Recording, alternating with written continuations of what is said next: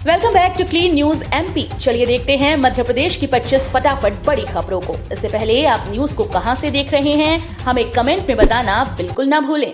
साथ ही हमारे Facebook page को भी फॉलो करें। फेसबुक पेज का लिंक डिस्क्रिप्शन में दिया गया है। पश्चिमी रिंग रोड का पहला ब्रिज 4 माह में बनकर होगा तैयार। इंदौर के पश्चिम क्षेत्र का रिंग रोड तो पूरा नहीं बन सका, लेकिन अधूरे रिंग रोड पर बन रहे पहले फूटी कोठी ब्रिज का 70% काम पूर्ण हो चुका है। अगले 4 माह में ये बनकर तैयार हो जाएगा और पश्चिमी क्षेत्र के यातायात को पूर्वी क्षेत्र की तरफ जाने में आसानी होगी। फूटी कोठी चौराहे से अहमदाबाद और धार की तरफ से आने वाले भारी वाहन मुंबई आगर मार्ग की तरफ जाते हैं। एमपी बोर्ड परीक्षा का रिजल्ट जल्द होगा जारी। एमपी बोर्ड 10वीं और 12वीं के रिजल्ट का इंतजार जल्द ही खत्म होने वाला है। जानकारी के मुताबिक 10वीं और 12वीं की परीक्षाओं का रिजल्ट 25 अप्रैल तक घोषित होने की उम्मीद है। हालांकि इन परीक्षाओं का रिजल्ट पहले ही तैयार किया जा चुका है। बता दें कि इस साल 12वीं की परीक्षा में 9,92,101 छात्र और 7,48,238 छात्राएं शामिल हुई। समीक्षा में 21 उम्मीदवारों के नामांकन पाए गए सही, एक उम्मीदवार का नामांकन हुआ अस्वीकृत। लोकसभा चुनाव के पहले 19 अप्रैल तक जमा किए गए नामांकन फॉर्मों में 21 उम्मीदवार के फॉर्म सही पाए गए। एक उम्मीदवार के 2 आवेदनों में से एक अस्वीकृत किया गया। अब 22 अप्रैल को नामांकन वापसी के बाद पता चलेगा कि किस क्षेत्र में कितने उम्मीदवार रह जाएंगे। प्रदेश के 15 मेडिकल कॉलेज की कार्यकारिणी समिति के प्रभारी घोषित। राज्य सरकार ने हाल ही में प्रदेश के 15 मेडिकल कॉलेजेस की कार्यकारिणी समिति के प्रभारी अधिकारी घोषित किए हैं। इसमें संचालक चिकित्सा डॉक्टर अरुण कुमार श्रीवास्तव, डॉक्टर अरुणा कुमार और डॉक्टर जितेंद्र शुक्ला ऐसे अधिकारी हैं जो कभी स्थायी डीन भी नहीं बने, पर अब डीन से ऊपर प्रभारी बनकर कॉलेज के संबंध में निर्णय लेंगे। सीएम के निर्देश के बावजूद मीट मंडी फिर सड़क पर। प्रदेश में नई सरकार बनने के तुरंत बाद मुख्यमंत्री डॉक्टर मोहन यादव ने निर्देश दिए थे कि खुले में मीट की बिक्री पर पूरी तरह से प्रतिबंध है। सीएम के निर्देशों का कुछ दिनों तक तो पालन होता दिखाई दिया, लेकिन इसके बाद शहर में फिर से स्थिति पहले की तरह हो गई। लोकसभा चुनाव के चलते जहां अफसर चुनावी प्रक्रिया में व्यस्त हैं, वहीं दूसरी तरफ शहर के गौरी सरोवर रोड किनारे एक बार फिर से मीट की मंडी लगना शुरू हो गई। भाजपा प्रत्याशी ने 7.25 लाख खर्च किए। इस बार चुनाव रथ, गार्डन और कार्यालय भी खर्च में। लोकसभा चुनाव में मैदान में उतरे प्रत्याशियों के लिए इस बार चुनाव खर्च में नई चीजें जोड़ दी गईं। इस बार कार्यालय का खर्च, चुनाव रथ और गार्डन का भी प्रतिदिन का खर्च प्रत्याशी के चुनाव खर्च में जुड़ेगा। निर्वाचन आयोग की ओर से जारी दर सूची में इस बार नए बदलाव भी हैं। वहीं शुक्रवार को भाजपा प्रत्याशी भारत सिंह कुशवाहा का खर्च अभी तक 7,25,000 रुपए हुआ है। भोजशाला सर्वे मामला, एएसआई पर गंभीर आरोप। भोजशाला एएसआई सर्वे को लेकर शहर काजी वकार सादिक ने सर्वे टीम पर गंभीर आरोप लगाए हैं। उन्होंने कहा कि हाईकोर्ट के आदेश की पूरी तरह से अवहेलना हो रही है। कोर्ट ने सर्वे के दौरान खुदाई करने से मना किया था, लेकिन कमाल मौला मस्जिद के बाईं तरफ दक्षिण दिशा में फर्श को 4 फीट खोदा गया है। भाजपा का वरिष्ठ नेता तो आज रविवार को विंध्य और बुंदेलखंड में करेगा चुनावी सभाएं। भारतीय जनता पार्टी के वरिष्ठ नेता आज रविवार को प्रदेश के विभिन्न लोकसभा क्षेत्रों के प्रवास पर रहेंगे। मुख्यमंत्री डॉक्टर मोहन यादव भोपाल के इतवारा में महावीर जयंती पर आयोजित जुलूस कार्यक्रम में शामिल होंगे। रीवा जिले के सिमरिया विधानसभा, सतना जिले के अमरपाटन विधानसभा, सागर जिले के बंडा विधानसभा क्षेत्र में आयोजित जनसभाओं को संबोधित करेंगे। सीएम मोहन ने कहा, देश और प्रदेश मोदी में विपक्ष की हालत खराब।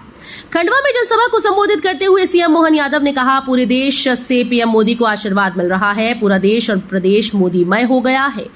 अगर पीएम मोदी और बीजेपी न होते तो आप कल्पना भी नहीं कर सकते कि भारत कौन से दौर में पहुंच जाता। देश में हमारी ऐतिहासिक बहुमत की सरकार बनेगी।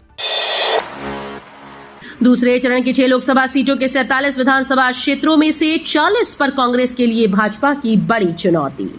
मध्य प्रदेश में दूसरे चरण की 6 सीटों पर 26 अप्रैल को मतदान होना है। इन 6 संसदीय सीटों के अंतर्गत आने वाले 47 विधानसभा क्षेत्रों में 40 पर भाजपा कांग्रेस के लिए बड़ी चुनौती है। ऐसा इसलिए क्योंकि इन लोकसभा सीटों के अंतर्गत आने वाली विधानसभा सीटों पर 5 माह पहले संपन्न हुए विधानसभा चुनाव में 47 में से 40 सीटों पर भाजपा ने बड़े अंतर से जीत दर्ज की है।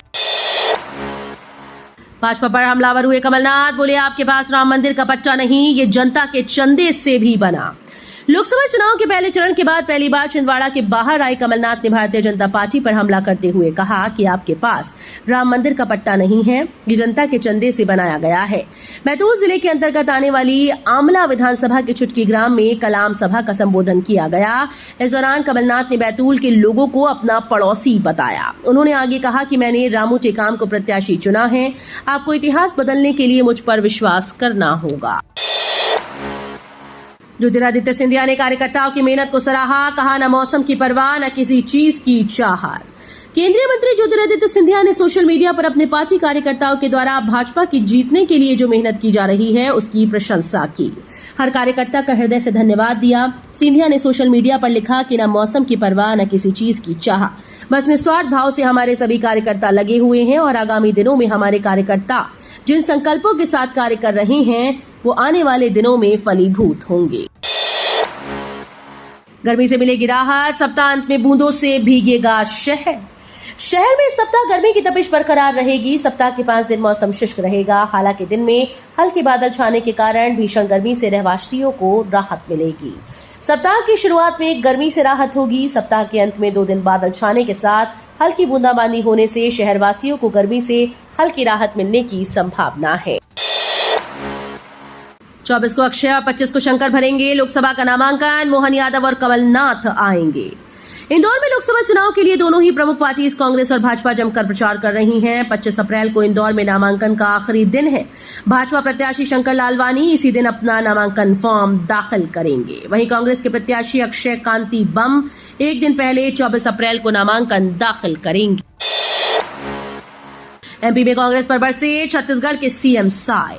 छत्तीसगढ़ के सीएम विष्णुदेव साय एमपी के कटनी पहुंचे। यहां उन्होंने आदिवासी वोट बैंक साधने के लिए एक चुनावी सभा को संबोधित किया। उन्होंने कांग्रेस पर निशाना साधते हुए कहा, राहुल अपने लोगों को न्याय नहीं दिला पा रहे और न्याय यात्रा निकाल रहे हैं।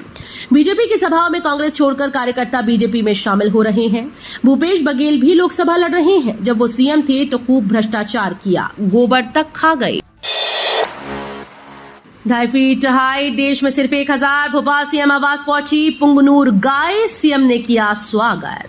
मध्य प्रदेश में अब इंदौर के अलावा भोपाल में भी पुंगनूर गाय है। मुख्यमंत्री निवास में विशेष प्रजाति की पुंगनूर गाय और नंदी का आंध्र प्रदेश से आगमन हुआ। ये जानकारी मुख्यमंत्री डॉक्टर मोहन यादव ने खुद दी। उन्होंने सोशल मीडिया पर गाय की पूजा करते हुए फोटो साझा की। मुख्यमंत्री ने लिखा कि आज अत्यंत शुभ दिन है, मंगल बेला है, जब सौभाग्य से निवास पर विशेष प्रजाति की पुंगनूर गाय और नंदी का आंध्र प्रदेश से आगमन हुआ। गौमाता की सेवा से जीवन धन्य करना परम पुण्यदायक है। आदिवासी वोटर्स को घर से निकालने में रहे विफल। शहडोल में सोशल मीडिया पर सिमट गया मतदाता जागरूकता अभियान। मध्य प्रदेश में पहले चरण के लोकसभा चुनाव में कम मतदान ने राजनीतिक दलों के साथ मतदाता जागरूकता अभियान चलाने वाले अधिकारियों की नींद उड़ा दी। आदिवासी क्षेत्रों में अधिक मतदान को लेकर बड़े बड़े दावे किए गए थे, पर मतदान में ये परिलक्षित नहीं हुए।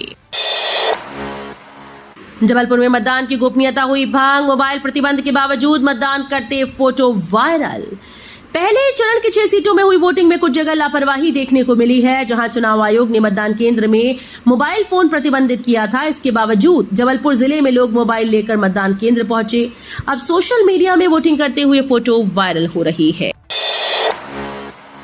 गौतम बुद्ध की मूर्ति मिलने पर मुस्लिम पक्ष का बयान। हिंदू पक्ष ने कोर्ट की अवमानना का लगाया आरोप।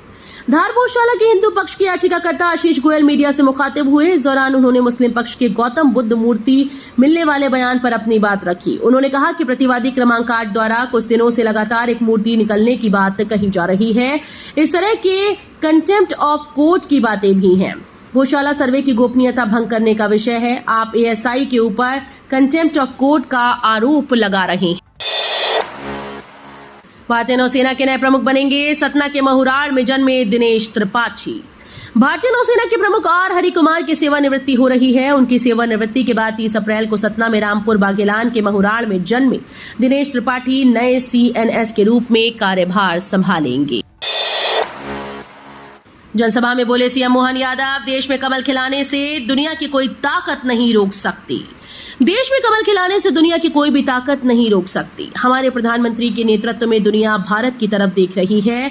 दुनिया के लोग मोदी जी का मान सम्मान करते हुए 142 करोड़ देशवासियों का मान सम्मान करते हैं। ये बात मुख्यमंत्री डॉक्टर मोहन यादव ने खंडवा में आम सभा को संबोधित करते हुए कही। मोदी सरकार के इन 3 कानून से खुश हुए सीजेआई, बोले भारत बदल रहा।